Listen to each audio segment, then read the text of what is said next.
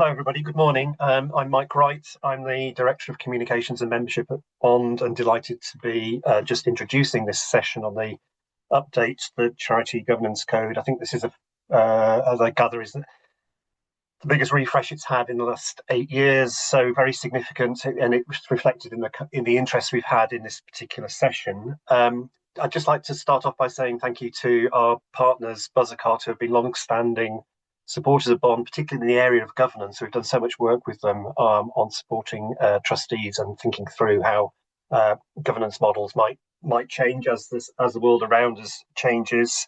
And I think there are obviously particular challenges for trustee boards in charities generally, but I think there are specific challenges for international INGOs and the things that the trustee boards are responsible for in those organisations. So I think we'll come on to that in due course.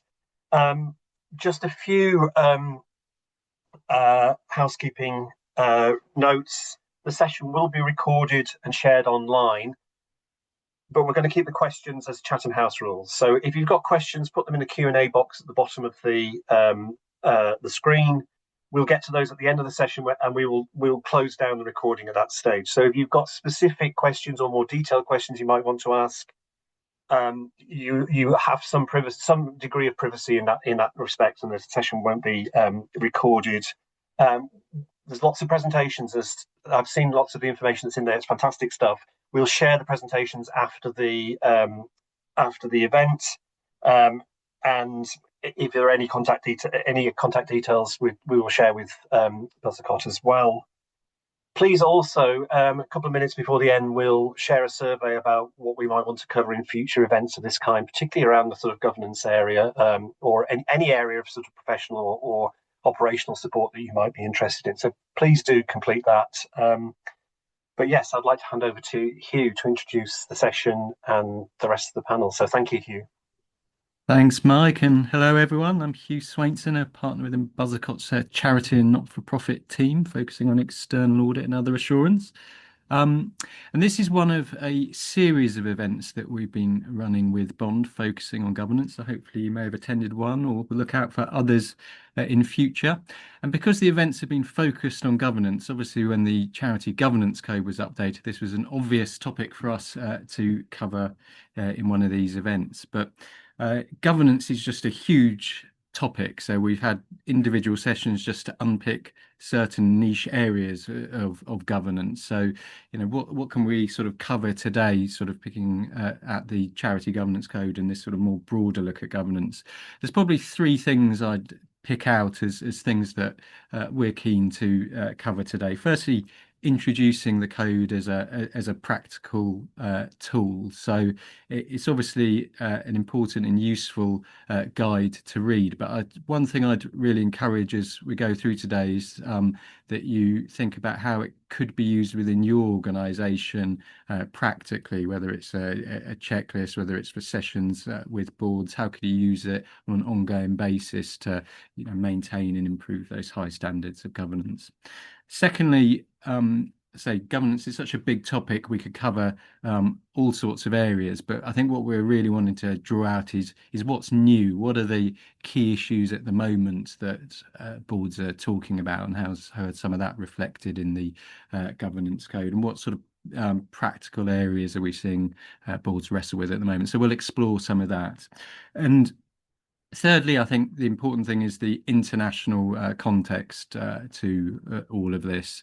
Obviously, that's a focus of these sessions. And in fact, one of the big things that we've done with Bond in 2023, we issued our governance guide to international NGOs, which is still a very relevant document. So please do have a look at that as well, because I think some of these themes that are coming through the governance codes are really fascinating when you then translate them into the international context. So we'll try and bring a bit of that too.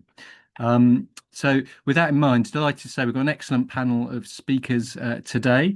We're going to kick off with Radojka Milovic, who is the independent chair of the Charity Governance Code Steering Group, so the ideal person to start us off. And then Liz Lowther is also part of the steering group and is the chief executive of the Association of Chairs, so can explore some of the themes that she's seeing in her day job as well. Anna Mackin, who runs Lead 2, is a chartered governance professional, so can explore some of the practical things she's seeing working with boards. And then finally, we've got Catherine Biscoe, who's also a partner within Buzzacott's charity and not-for-profit team, who can look at the international side of things and some of the assurance aspects of areas of the code. At the end of that, there will be time for questions, which me and Mike will cover. So please do put your questions in the Q&A box as we go through. Really interested to hear thoughts from everyone here today and explore those as well. So I will now hand over to Radojka to kick us off. Thank you. Thank you very much, Hugh. And just a bit of clarity at the beginning, because people often get confused about the Charity Governance Code. I've been in lots of audiences being asked questions about the Commission. The code doesn't belong to the Charity Commission. It's in and of the sector. So what we mean by that is that there's a group of infrastructural organisations, NCVO, WCVA, Akivo, the Association of Chairs, as you mentioned. Liz is here, thank you, Liz, and CGI, and they come together and I chair that steering group, and then we deliberate and think about governance across the sector. So it belongs to the sector. There's no legal entity behind the code. There's a group of organisations, and if you like, a coalition of the willing to try and think about things. And obviously when we enter things like thinking about refreshes of the code, we then go to people. So we did do an online survey as part of our kind of consultation efforts. The code is voluntary, so there's no mandatory requirement to adopt the code, which is different in other sectors. Sometimes regulatory obligations to adopt a code of governance, there isn't here. And it's setting out a portrait of good governance in the sector. There's a lot of homogeneity across sectors about good governance over the last 20, 30 years. So if you're familiar with other codes in other sectors, you'll see some reasons, but there are also things very specific to this sector that are in the code as well. As Mike mentioned, the last revision was 2017. So we felt the last major revision, we did do something, I think it was in 2020. So we felt actually it was timely to do a major overhaul and have an open mind about what might need to change. Let's remember, we didn't have COVID in 2017. The world has changed quite considerably. We didn't have various wars that are happening at the moment in 2017. So we knew that we were going to have an open mind. Anything might change. Some things might stay the same. We wanted to talk to people about that. And if you were familiar with the previous version of the code, we still have the architecture of a house with sort of pillars and principles. And we have 8 principles now. Actually, we had 8 before, but we hadn't sort of numbered one of them. So it felt like we'd slightly overlooked the foundation principle. And we've put a little bit more effort into actually fleshing out that that's very important, and in fact numbered it as a principle and treated it in the same way as the other principles. So some of the principles remain the same, although the content has changed, and some of them have been renamed or slightly sort of redesigned. So we have foundation, organizational purpose, leadership, ethics and culture, decision making, managing resources and risks, equity, diversity and inclusion, and board effectiveness. And just quickly about how the code has changed, we've tried to make it easier to use. We had a lot of feedback to say the previous version was a little bit management speaking, quite long, quite verbose, quite repetitive. And there will be elements of repetition in this one. The behaviours that support a principle may support several principles. So, there may be some resonances from one principle to another that we haven't tried to eliminate. But we're trying to talk to all charities. So before we had a large version of the code and a version of the code for larger charities and one for smaller charities, they were remarkably similar. I think smaller charities really struggled with the version of the code for smaller charities. So we were keen to say, let's make this one universally accessible. And so let's treat different sections in different ways. So I think of the code as having what I call the top level, the 8 principles and the outcomes, which are true should be true for all charities. These are the fundamental tenets of good governance in a way, so that you know it's working when, and then there are usually something like 5 bullets. I'm hoping that most of the people on this call have sort of flicked their eyes across the code if they haven't got to grips with it yet. So you know it's working when the board provides effective challenge and support to senior staff, if you have senior staff. So that's the style of the code. And I would say that's a really good starting point, this sort of top level of the code, before you try and get into any other sections. Then we revised the recommended practice to better reflect the diversity of charities, and also not to make it sound so prescriptive. My sense is that before, in the previous version of the code, people took the recommended practice as somehow required of them. And actually we're saying, no, it's up to you to look at some of this. So we've changed that section. There are 3 segments there. One about the relevant behaviours for each principle. So that's a new and significant area of the code that's different from before, that we're spelling out behaviours. And this is because we understand that dynamics, culture and behaviours are hugely influential in how governance is conducted across organisations. The second segment is about policies, processes and practices. Again, you need to decide what's relevant for your organisation. We're not saying this is a comprehensive list or you need to tick them all off. It's up to you and your boards to look at those. And then suggested evidence and assurance. You know, what are the kinds of documents or policies that show that you've thought about something? So that's how this code is sort of different. I want to talk a bit about what I understand about you as organisations and the types of organisations on this webinar. And I recognise that these are torrid times for the whole sector. You know, charitable funds changing their approaches, intense rivalry for grants and fundraising, rising costs, national insurance changes for the UK-based elements, but also in the international environment, swinging cuts to your funding, lots of redundancies across the sector, sometimes a sense of burnout. So, you know, bits of research about the mental health of leaders. You know, when we did the online survey around the code, we had just under 500 respondents. 85% said they'd experienced contentious issues in their charities. They weren't necessarily looking for the code to provide an answer to that, but I was quite surprised how high that number is. And maybe that's reflecting something about the polarised environment in which all of you are working. And that will probably feel sharper for some of you as international NGOs. There are always challenges around war and conflicts for some of you, but this feels like as bad a time as I can remember for unpredictability, uncertainty about that operating environment, and a feeling that very little can be taken for granted. The geopolitical shifts, the right-leaning or protectionist instincts of some governments will also mean that some of your work is viewed with hostility or can't easily be delivered in areas that you used to work in before. And then there are some of the shifts that you've been trying to engineer anyway: decolonisation, localisation, transformation, the transfer of power, addressing climate change, reduction in biodiversity, the impact on all of our living resources. I mean, you are at the sharp end of trying to deliver change. And I see in all of this less money, more need, more stress, more challenges, potentially higher exposure to risk, challenges around safeguarding and protecting people from harm. So, I mean, first of all, I want to say thank you to everyone on this call, because you're the kind of charities advocating for the kind of world we all want to live in, and not letting people forget around the lack of equity in the world that we live in.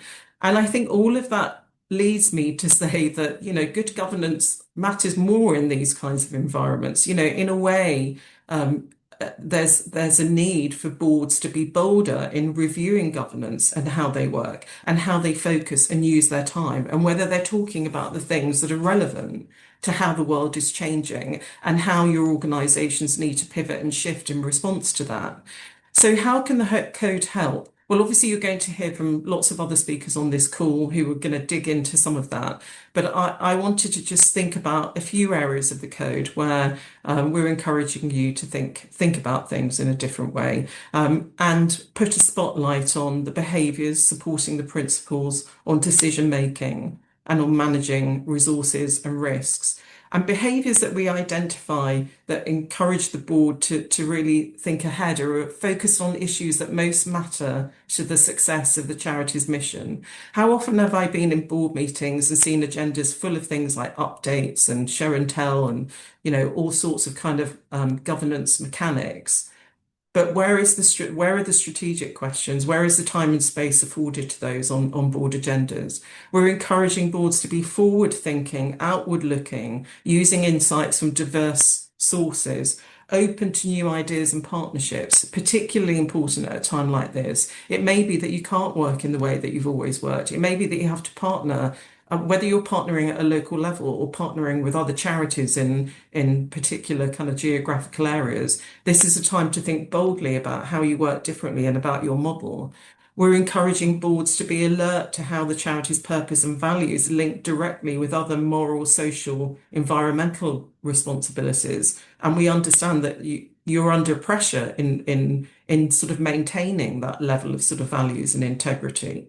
And we're supportive of the charity's right to speak out about its mission, even if that is unpopular. So there is something in the code about that too. So it may be a good time to remind your boards about the charitable objects and purpose. Consider different models of delivery. Where do you partner? Where do you let go of something? Where do you redesign your footprint? And to be clear about strategic positions, ethical red lines, how they align with your purpose, how they are close to your mission. And also, scan the horizon, scenario plan. This is a good time to spend some time looking ahead, looking at different scenarios and how they might play out. Decision making is now a principle in its own right in the code. And it's obviously a cornerstone of doing governance well. And yet it's something that's surprisingly neglected in organizations in actually thinking about, what are the decisions that we have to make and how are we preparing for them? How are we engaging a board? How are we having a lovely, concept, discuss, decide trail? It really relies on forward-looking preparation and thinking. If you have staff, senior staff, this is where how they think about their work has such an impact on board effectiveness. So the decision-making piece is really something for boards and exec teams to think about. How do we see in the next 18 months particular strategic accents or decisions that we need to take a view on, and how are we offering ourselves space to kind of think about those things conceptually, shape how a decision might come back to the board before we actually face that decision. So the looking ahead piece, this is why we're encouraging boards to be forward looking. You can't just be governing in the here and now. You have to be looking ahead. Obviously, we're saying, have clarity on what's decided where, and maybe that's an obvious point to make, but sometimes it's not always clear when you're part of a federation or a confederation of some kind about which kinds of decisions sit where in that wider structure, strategically. How does a UK strategy align with the sort of international strategy? Where are the points of touch and where are the points of difference? We see a lot of boards becoming more diverse, but then not planning the right content, space, time to work through different viewpoints. Diversity isn't just about how your board looks or is composed. It's actually about giving yourselves time to work through differences. And in a way, diversity is often squandered in some of the boards that I encounter that actually have gone to a lot of effort to really try and encourage diversity of thought, but then don't allow themselves the time and space to actually sweat that diversity of thought, that somehow there's no time on agendas, everything is sort of over-programmed. So thinking about agendas and also thinking about, how board members work digitally, how do you convey information in other ways, shorter, sharper, so that you preserve the strategic brainpower of the board rather than, as I said, sort of engage them in a lot of show and tell. That's wasting valuable trustee time and space. And for some of you, if you're bringing together people from different countries, that time and space is so precious, whether it's online or in person. You need to sweat every inch out of it and not find a lot of time just kind of sucked up by sort of information or over presenting. I now feel conscious of my own over presenting. And also make good use of committees, make sure that committees are not pushing everything up, but rather the board can push down. The board has a really clear view about how the committees are serving its work. If the committee didn't exist, would the board have to do that work? Is my back of an envelope test sometimes about a committee structure? So is the committee carrying a kind of weight of work on behalf of the board, and then in a way being clear about what the board needs to know that escalates from its work. So not a readout from everything that the committee has done, but rather thinking about what do all colleagues need to know about the work from this committee? Where do we need to alert them to something because it's a board level issue? So this is all about thinking about the design of how you work. It's really important. And then just touching on managing resources and risks. I mean, of course, we want the board to understand the charity's capability, capacity, and resources. That's not just financial resources, that's people resources, burnout, stress. What interest does the board take in people and culture? How does it understand it even? I'm always surprised how often boards think that just the kind of annual staff survey is somehow enough, and yet we find other issues bubbling up in the sector that are about culture, about dynamics, about behaviours. Curiosity about this as a resource, not just financial resources. And is all of the activity sustainable? What kinds of options are put to the board to think differently about the resources? You'd expect us to remind boards that they need to consider major emerging risks, risk appetite and tolerances, being proactive in addressing risks and opportunities, but also balancing taking risk with safeguarding people and resources. We talked to lots at different times as a steering group about not wanting to be risk averse and somehow trying to get this balance right between protection, if you like, and actually taking risks. Charities are in the space of taking risks because they're trying to change things. And some of you will be working in areas of high risk. And I recognize it's not an easy balance to strike in your worlds. And we understand different risk appetites in different countries as well. I mean, there's the Buzzacott Bond report that you did for international NGOs, I think has some really helpful language in there about, balancing accountability and adaptation. How do you not make your partners feel embroiled in a certain kind of bureaucracy that can almost feel sort of colonial in how it's kind of received, and yet that you operate with a kind of level of sort of confidence and assurance in how your partners operate on the ground. So that means really understanding who you work with and being willing to adapt, whilst ensuring that how you've thought about assurance, that you do get the right sort of evidence around that. And I don't think that's easy to do, by the way. I don't think that there's some magic bullet that somehow, or a kind of magic wand that you can wave that gives you, the right answer in sort of thinking about that. But I recognise that it's a tension that will exist in some of the work that some of the people on this call do.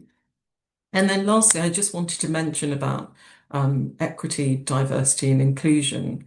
We suggest that it's important for boards to take time to understand how inequality of resources, opportunity, and power affects the charity, its work, users, and the board itself. This is fundamental to your work, the kinds of environments that you work in.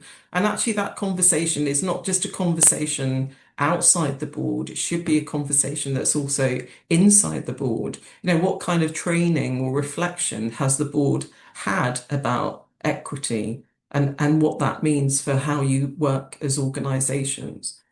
So what I'm hoping is that the code is a catalyst for quality discussions, that it's not a one and done code, that you sort of read it once and then you sort of finish with it and put it on a shelf and you'll wait till the next version of the Charity Governance Code comes along.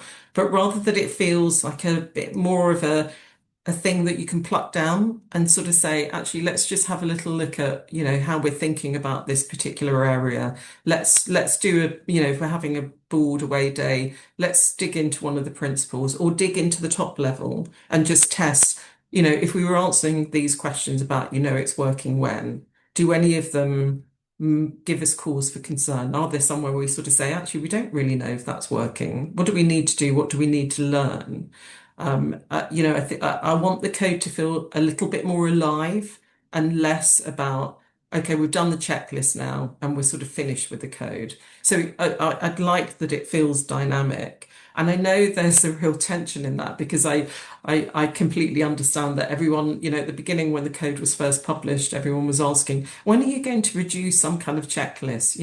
There's a real desire to sort of tick boxes. And of course, I also know from the perspective of doing things like board evaluations, you're then in a space where you're trying to evaluate how do people measure up against the code. But it's a voluntary code and it's supposed to be there to kind of just give you a portrait of a way of thinking about things.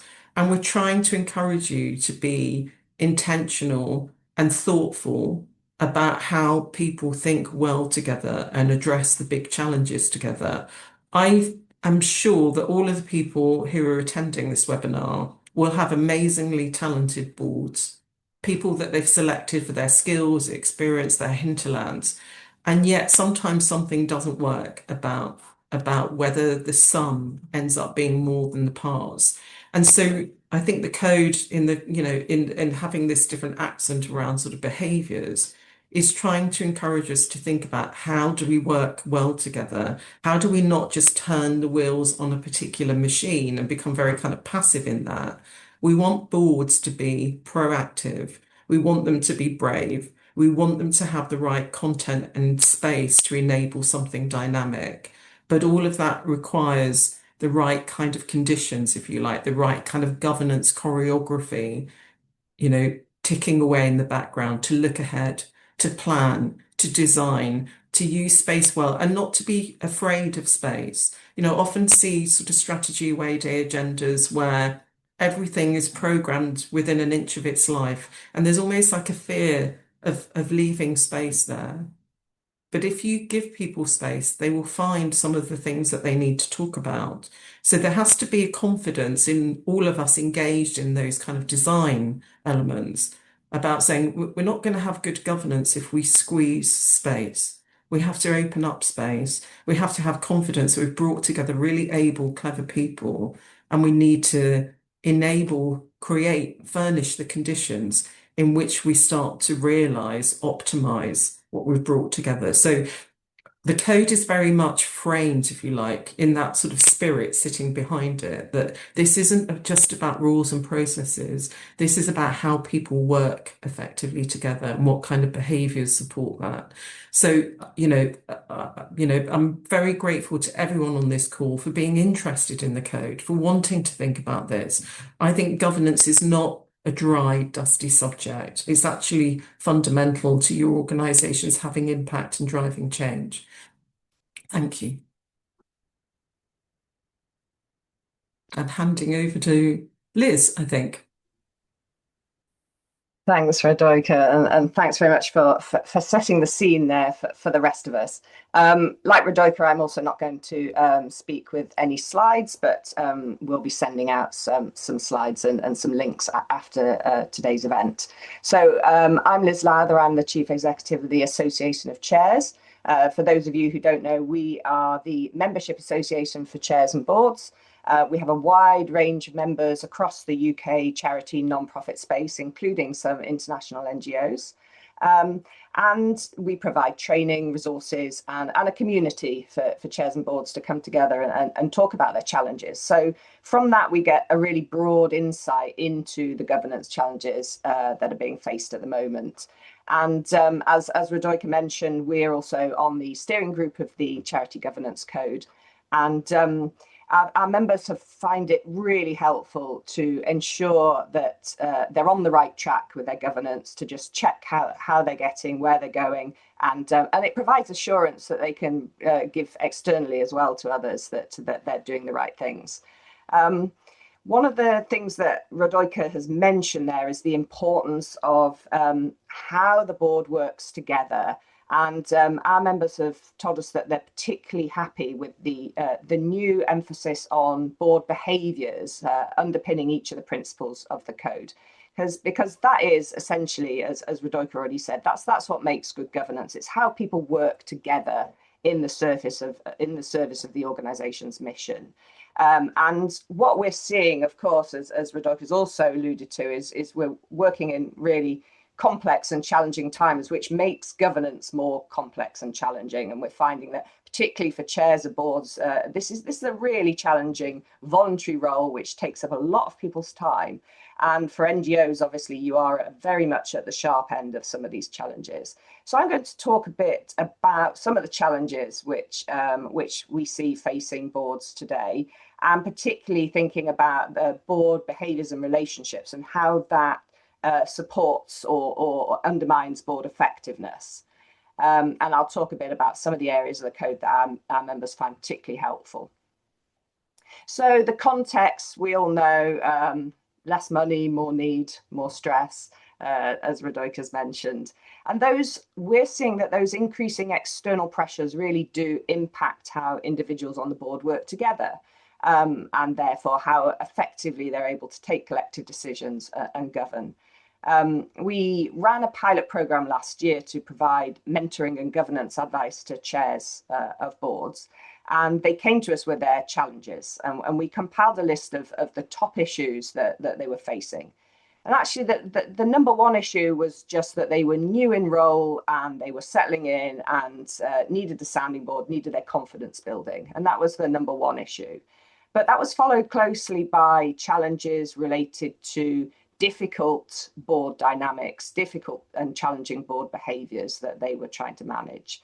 And then the third most common challenge was around financial difficulties. So they were managing things like restructures, closures, mergers, insolvency.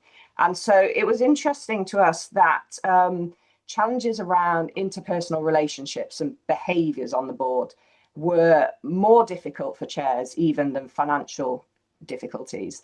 But we also found that there was a really close correlation between the two. So obviously financial challenges lead to a lot of stress on the board, which then puts pressure on those relationships. But also sometimes when people came to us with financial difficulties, we found that actually underlying that there was a problem with team working or poor communication on the board or a lack of transparency or perhaps a dominant individual, difficult power dynamics, which meant that those financial difficulties weren't surfaced in time to really, where you had a lot of options that you could really do a lot about it. So what we've seen is that when boards aren't working well together as people, they often fail to then really get to grips with issues of risk or financial instability until it's too late. And then you're dealing with all these interpersonal challenges, grievances and complaints and problems with conflicts of interest. And all of these things then take your focus away from the mission. So I think that's why having this emphasis on behaviours is so important in the Charity Governance Code. Sorry about my screen there, went a bit strange. And we think that it's really important that as Radojka also said, that you invest time in building those relationships on the board. And we know it can be really challenging, particularly if you've got trustees based in different locations or you've got complex structures, but managing so that you can work really well as a team, if you're a board, or your board can work really well as a team, needs to be done intentionally. We did some research recently with Akivo and NFP Research about board dynamics and effectiveness. And the respondents told us that only 4% of them thought their board was highly effective, which was not great news. But they also said that it's the relational factors that matter most. So the most important piece of advice to a new CEO or a new chair was to establish really open and honest communication with the executive, with the board. And the next most important piece of advice was about defining the roles, responsibilities and boundaries on the board and between the board and the executive, and also investing time in building those relationships. So the findings really underpin the need for transparency, for trust, and for really surfacing and discussing the difficult issues. So finding the time for that. Radojka mentioned about having that space. So even if you're meeting online, you're meeting with your trustees across different countries, how can you find ways to connect both as a group, but also one-to-one, where it's the only agenda is about getting to know each other. So building those relationships. And then there are things that can really underpin it as well. There's having a trustee code of conduct with clear guidance on the expectations from individual trustees, but then what trustees can expect in return from the organisation. What happens if trustees can't live up to that code of conduct? That's a really helpful tool to have, as well as a scheme of delegation. So you've got the different roles and responsibilities are outlined there. And I think Anna will talk in a bit more depth about governance reviews, but our research found that only a minority, less than 50% of respondents actually do regular board effectiveness or governance reviews. Even few do regular appraisals of their chair and trustees. And actually that kind of review should be built into how you govern and to how you run your organisation, so that you get the feedback that you need and you can keep building those positive dynamics. I'll talk a bit about a couple of the areas of the code Radojka's already touched on, but the ones where board behaviours can have a real impact. And firstly, I've already mentioned about managing finances and financial sustainability. So this whole area around managing resources and risk.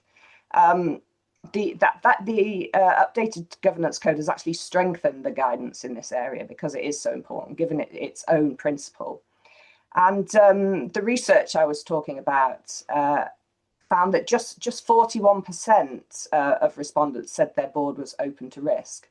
And nearly 1 in 3 CEOs described their board culture as cautious. Radojka's urged everyone to be bolder. I mean, I think current times require that boldness. We've seen that a lack of openness to risk can have a real impact on board effectiveness. And at the moment, where there's an increasingly hostile external environment, increased glare of the media and all those pressures from outside, I think ignoring the risks is no longer an option. It's about weighing up those risks and managing them effectively without becoming paralysed by them. So there's a very interesting report that was recently written, which a number of you may already be familiar with, but I wanted to mention it anyway. It's called Towards Meaningful Action, written by Jim Coe and Natasha Adams. And it's about NGOs' responses to threats from far-right authoritarianism. This just came out, I think, very recently. And it's a conversation that we're having in infrastructure organisations focused on UK charities as well. How do charities respond? How do NGOs respond to this? It's really, really timely and important. And one of the things that report found was that boards could be acting as a brake on the organisation being prepared. I think a third of survey respondents didn't agree that their board was taking external threats seriously. And, these could be, in the end, existential threats to your organisation. So it's really vital to think about how that response can be positive and proactive. And going back to when boards aren't working well together, they're much less likely to respond effectively to external threats. So I think that the time is now to really grasp that and be prepared, be proactive in identifying and addressing all the risks and how to navigate them. And as I already mentioned, if you do leave these things too long, it does really limit your options.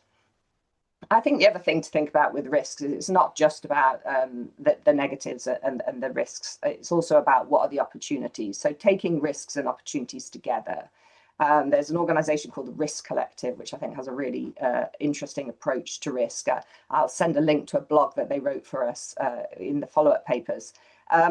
They work internationally, and they talk about reframing risk as something not to be avoided, but to be understood and managed in service of your objectives. And they talk about the importance of building that culture which embraces that.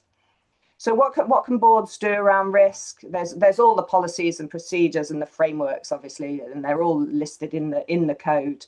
Important to make sure that you're regularly reviewing and using your risk register. It just doesn't just sit there on a shelf and gather dust.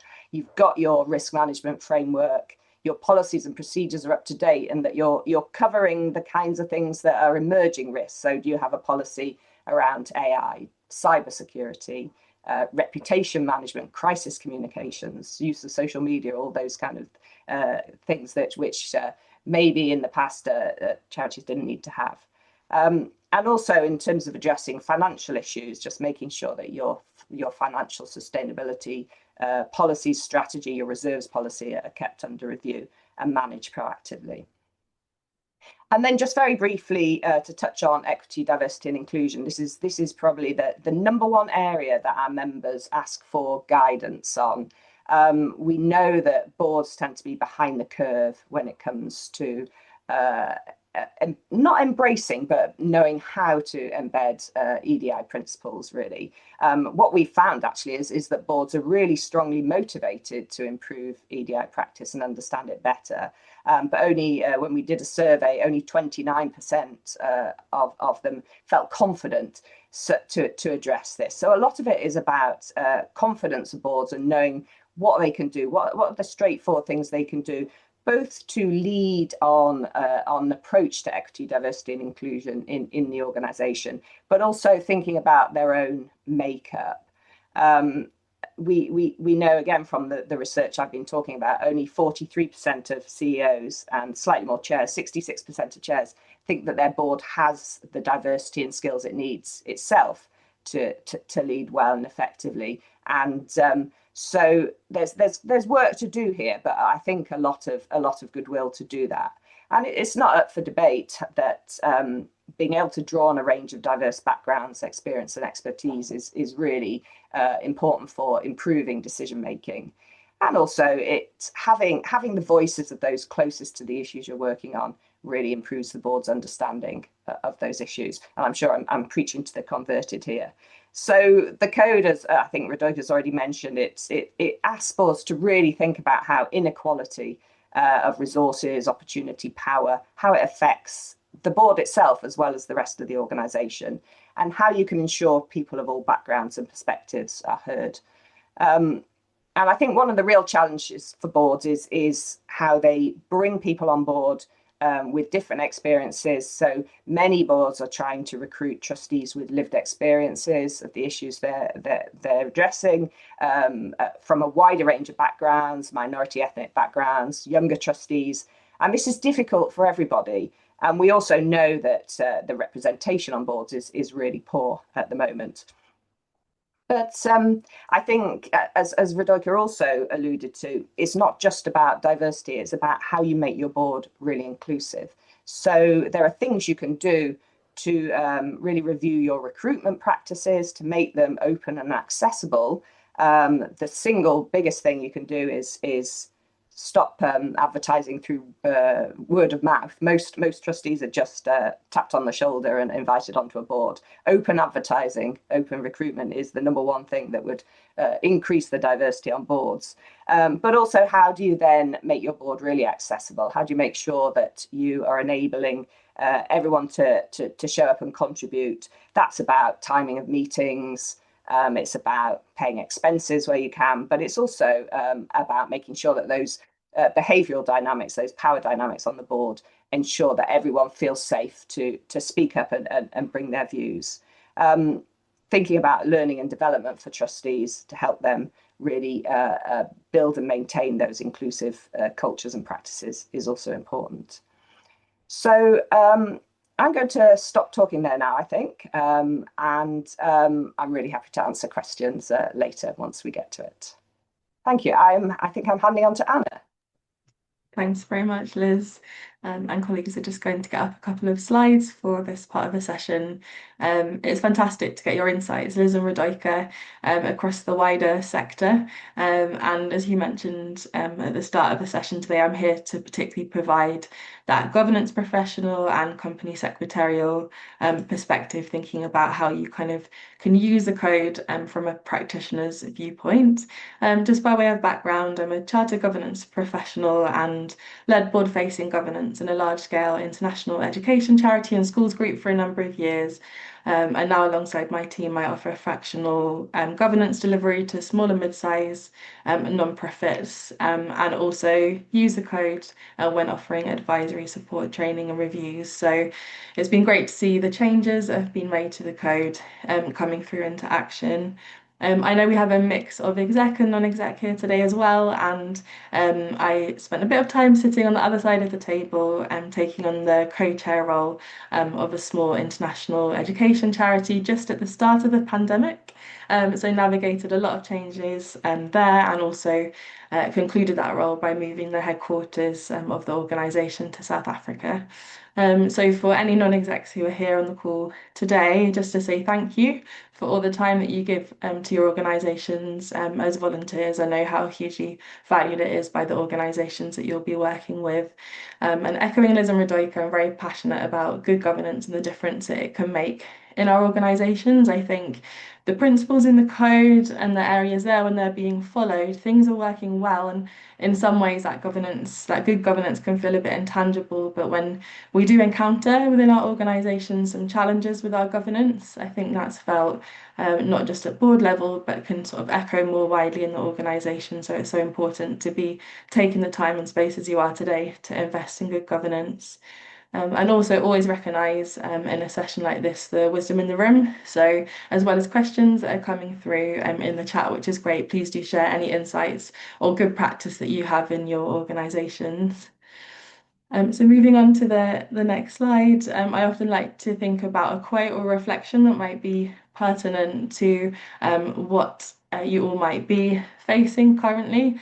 And this quote is from a book about digitising the boardroom, but it felt appropriate knowing the range of challenges and just the quickly evolving environment that you're all working in currently, and the huge benefit of having a good board that can maintain that high level, that bird's eye view around different areas within your organisation, whether that's stepping back to look at your entity structures, size and scale of your team, your financial projections looking ahead, culture, staff wellbeing, themes that have been touched on already today.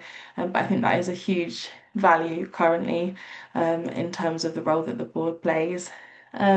So just in terms of some practical areas I'm going to cover over the next 10 minutes or so, outlined on the next slide. So using the Charity Governance Code in practice, and a bit of a framework as to ways that I've seen the code be used in practice in a really effective way, both internally within organisations and then also getting some external viewpoints and validation as well. And then I'm going to share a few questions that boards can ask themselves at this point in time, drawing on the principles and themes of the code as well. I do recognise there'll be a really wide-ranging group here in terms of size and scale and the locations you're working in, and also the capacity you have around governance too. But hopefully there's some useful and practical takeaways for you. So using the code in practice, I think I've really welcomed the changes and the updates, and particularly that continued emphasis as well on both board dynamics and kind of process and procedure within governance. And they both need to work in tandem for governance to be effective. So moving on to the next section, I wanted to share firstly reflections on the code as a tool for board self-reflection and development. So just moving 2 slides on, if that's okay. Thank you. So as Radojka said, I think that the code can be a really live tool. It's not something you need to dust off every couple of years, but I've seen it work really well in boards both within the kind of international NGO sector and also other sectors as well, where it can just become more of that practical reference document. And there's very little time or cost investment that's needed here, but it can help foster that full board awareness. I think we referenced already today the pressures that many international NGOs are under, and I know from really practical experience that it can feel very hard to carve out additional time on your board agendas. However, I think I would argue that in more challenging times, careful reflection is needed more than ever, and this is a great way to do this. Some ways I've done this practically has been working with boards to have half an hour, even sometimes 15 minutes, either at the start or the end of a board meeting, and it doesn't have to be every time, to reflect on their own practice. If you have a colleague in place, or if you're the colleague who leads governance in your organisation, there can be some work done in advance as well to do a bit of thought and benchmarking as to how you might place yourself or any gaps according to different principles. but it's a fantastic way of just building general awareness of good governance practice. We've referenced around how the code has been developed here, particularly for use with reference to kind of guidance in England and Wales. And I know many of you are going to be working in a range of different locations. So I think if you have boards in those jurisdictions or you're governing across multiple locations, it's good to just factor in what guidance might be in place in those locations, and to understand the familiarity that different boards will have with this code alongside the guidance or codes in place elsewhere. In terms of the practical steps involved to use this reflection tool, as I said, I think it's really valuable to just carve out that time and decide on a principle to focus on, particularly in discussion with your chair. And I think using it in a way where you are linking it to activities that the board is delivering has real value. So if you're going to go through a board recruitment exercise, could you look at the section of the code that talks about what a good process looks like? If you're changing in size or scale, whether you're growing or downscaling, what about looking at managing resources and risk? Or if you're preparing for an external review of governance, which we'll come on to in a bit, could you look up the section on board effectiveness and how you'll be evaluated through that process? I think for these reflection sessions, it's good to reflect on who will be in the room. That you may have the board and all colleagues who normally join, you may have a kind of CEO or leader, or you may just have the board.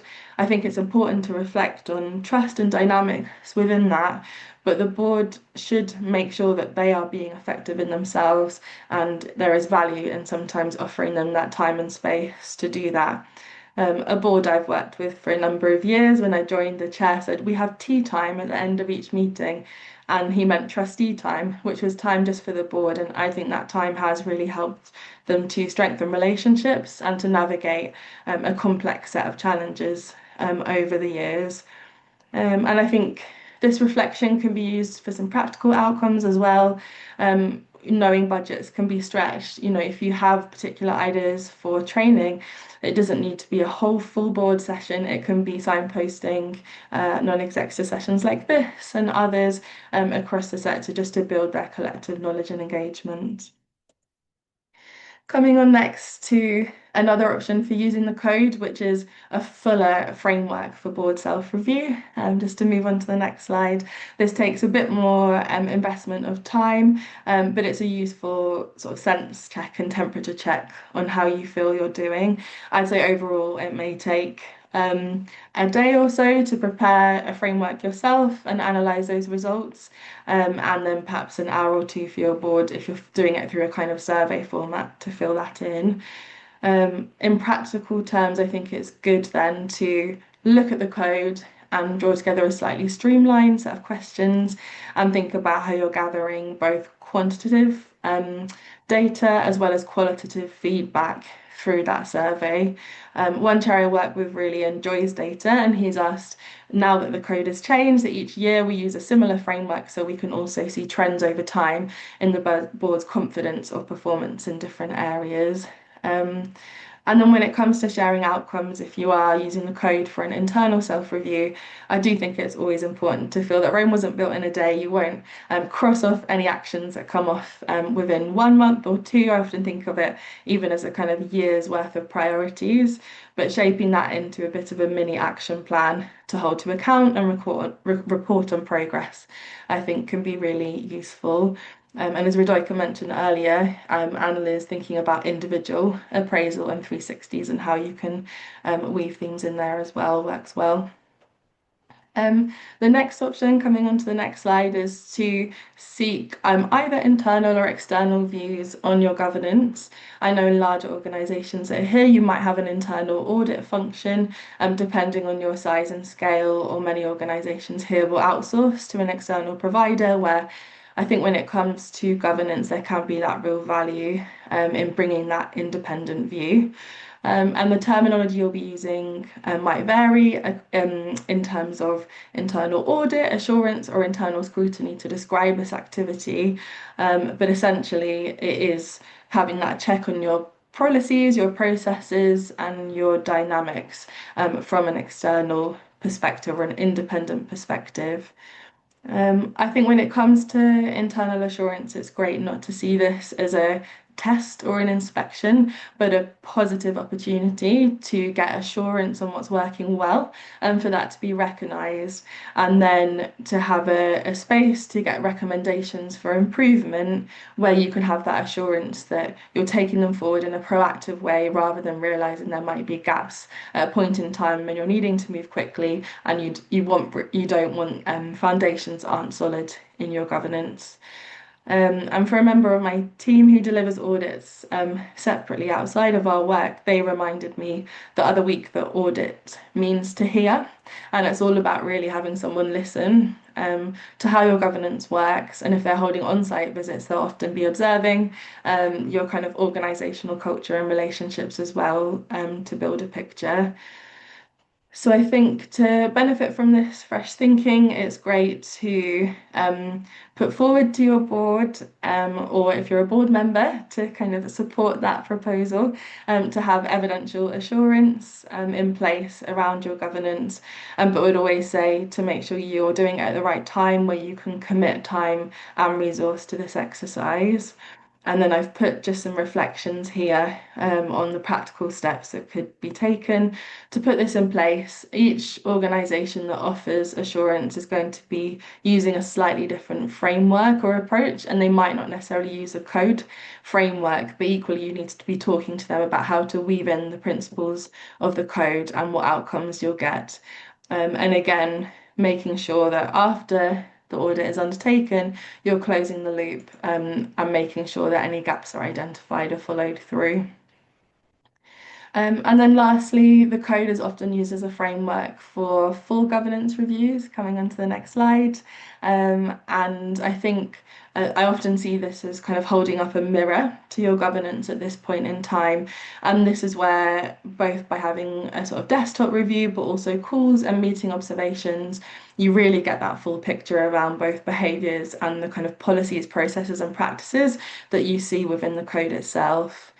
I think when you're speaking to an organisation, if you're considering an external review, interesting to hear from Liz around how many organisations do and don't have these in place. It's great to get a sense of that reviewer's expertise and style, as well as the framework that they'll be using, and have an open discussion with your board and also colleagues, again, around the time and resource investment that is involved to make sure that there's sufficient capacity there. So these are kind of 4 ways that I've seen the code used in practice. And then last of all, just to come on to spotlight a couple of principles for the code, and I think questions that I've seen boards asking themselves at this point in time. Radojka mentioned earlier, coming on to the next slide, around the foundation principle, that this principle is being given a number this time, and I fully welcome that. I think in times when boards can be navigating more complex issues and challenges, it does focus the mind of the board on their legal duties, and I think it's really important. There's plenty of brilliant resource in the sector, including from organisations present here today, to signpost to, so that trustees are really aware of their duties. I think at times when you might be needing to hold more frequent communications with your boards, offering reflection under this principle with the board around their commitment to additional time, but respecting their time as volunteers and getting that right. And then also making sure conflicts of interest and confidentiality are managed really well, and that individuals are clear when they're making strategic decisions and not operational decisions, but providing that sounding board and support. Coming on to the next slide around ethics and culture. I think I know a number of organisations in the sector are making difficult decisions currently, and I know the boards feel the weight of that. So how can you act in line with your values and always center yourself back on that when you are making those difficult decisions? And how can the board receive some of those more engaged insights on culture whilst remaining strategic, which I think is always a challenge and conundrum. And then making sure boards understand key processes in place, and particularly if you are making changes to your organisational structure as well. And then last of all, it's been referenced by all of us today, but managing resources and risk. There's some good practice I've seen boards adopt under this principle around live discussion on risk. So perhaps 5 minutes at the end of a meeting to cover live risks that didn't make it into the board papers, 5 minutes under AOB to say, is there anything we've heard today that changes the profile of our risk register, to really embed that live discussion. I think communication with trustees between meetings, I'm seeing some execs doing more regular fortnightly or monthly updates if an organisation's going through change, but would always be offer caution around how use of kind of informal channels like WhatsApp, etc., are used rather than formal channels like email. And then how you continually monitoring your finance and fundraising in a dynamic climate. So being responsive and taking opportunity, whilst also keeping that longer term view.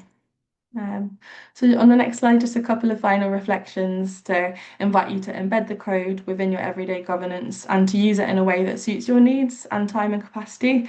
And again, just a final reflection around making time for reflection on your own governance regularly.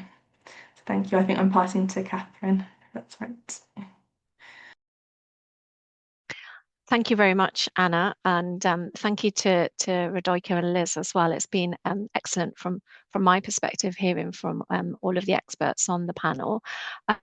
I've heard a lot this morning, and in particular the sort of updates and the background to the changes in the code, but also some very useful practical guidance, I think, in terms of how boards can use the tools in the updated code to support their role and to deliver effective governance in their organisations.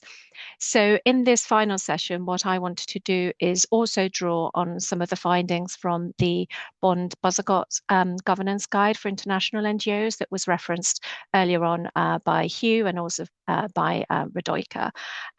So I think the guide that was produced a number of years ago, as we said, it's really set out there to sort of help boards think about the realities of INGO governance, and it frames a number of questions at the end of each of the sections in the guide that it goes through, that boards can then work through those questions in order to assist them in being effective in the governance. So it tries to take that sort of same practical approach as we were hearing earlier as in the governance, charity governance code. Just three sort of high-level questions, which I think span some of the key themes and the key areas that the guide is sort of divided into are, do we have the right structure, sort of models in place? Do we see the right cultures and behaviours? And we've heard a lot about this already this morning. And do we have that sort of credible evidence and assurance that the governance is actually working? So if we just move on to the first slide, I've got a link here to the governance guide for those that haven't seen it already. And over the sort of final session, which is shorter, so we can move on to questions promptly, I will just cover a few points, which is looking at why INGO governance or governance in an INGO context is more demanding than in domestic charity setting. Some of the core areas that deserve the most board attention, some warning signs maybe to keep an eye out in terms of could indicate some weaknesses in governance, and then finally just some practical priorities that the boards and senior teams can take away and act upon. So if we move on to the next slide, and why can governance be harder for INGOs? And I think we heard a little bit about this in the first, well, in all three sessions really already, but it isn't just mainstream charity governance on a larger scale. There are additional complexities because of the context. So boards of international NGOs are having to make decisions across borders, legal systems, different operating environments. They're expected to oversee safeguarding, sanctions, fraud risk, culture, partnership working in places where they may have, they may have never physically visited or been.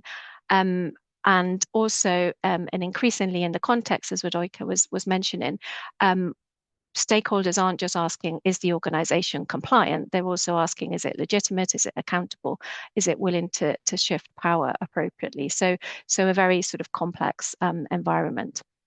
So in that context, I've set out here some kind of 4 areas that I think do deserve that sort of focus, board focus. So first of all, starting with the board itself, and we've heard that this morning already in a number of instances, and the updated Charity Governance Code has placed that greater emphasis on foundation, as we've heard. So that really matters in an international NGO context. I think boards need to have that real understanding of their duties and the specific risks that come with the international operations of their charities. So that will include, as I've said, safeguarding, duty of care, sanctions compliance, cross-border partnerships, the questions about how they interact with the communities that they serve, and localization and local leadership. And I think then it's important, therefore, that boards need to examine their own composition, their culture and behaviours, and ensure that that supports high quality decision making, but also real challenge, as we were hearing earlier. So not just sort of passive sort of approval of papers or a bit of a tick box exercise. And I liked the show and tell comment that Radojka was making earlier.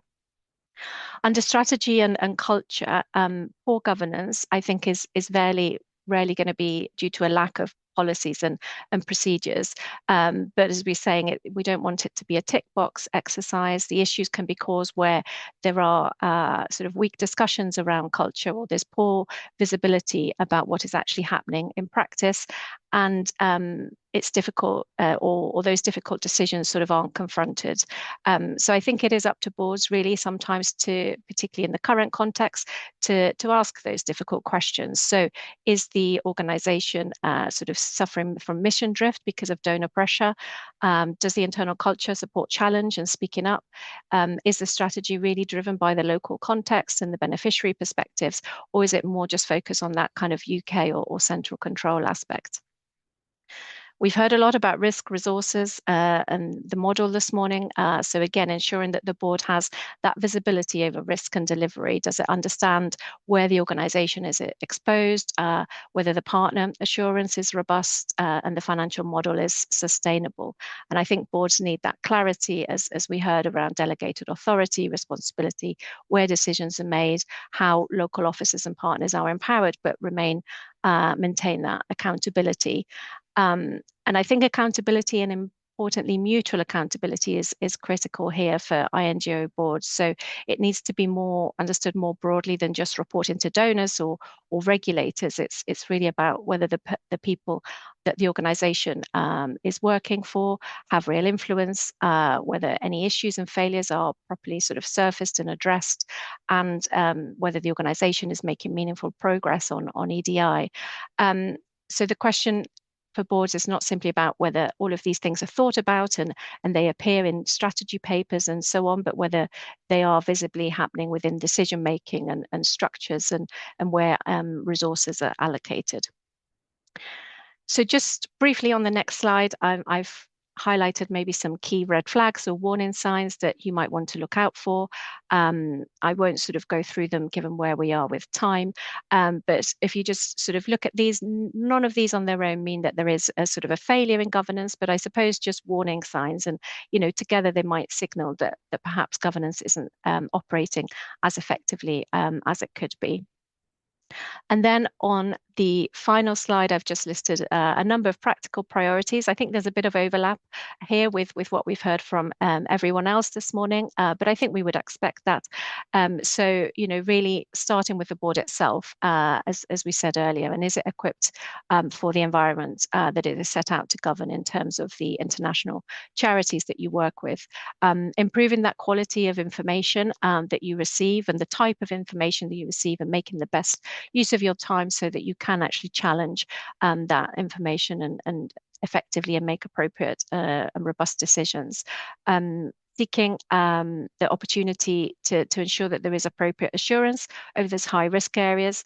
We heard some really good examples on how to do this from Liz earlier and also from Anna. And then testing whether the organization's strategy and funding model are genuinely there to support its mission and values and aims. And then the final point around a sort of a structured governance review on a sort of apply or explain approach.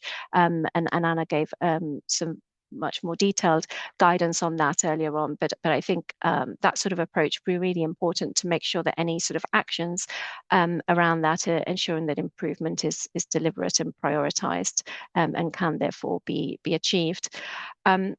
So I think just to conclude, as we've heard, effective governance, and in particular in this context, isn't just about having, the right structure in place or regulatory compliance.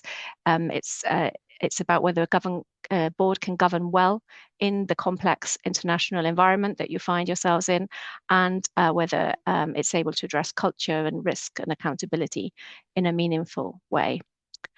So that was everything in my sort of final wrap-up session, and I will now hand back to Mike and Hugh, and we'll go on to a bit of open Q&A with the rest of the panel. Thank you.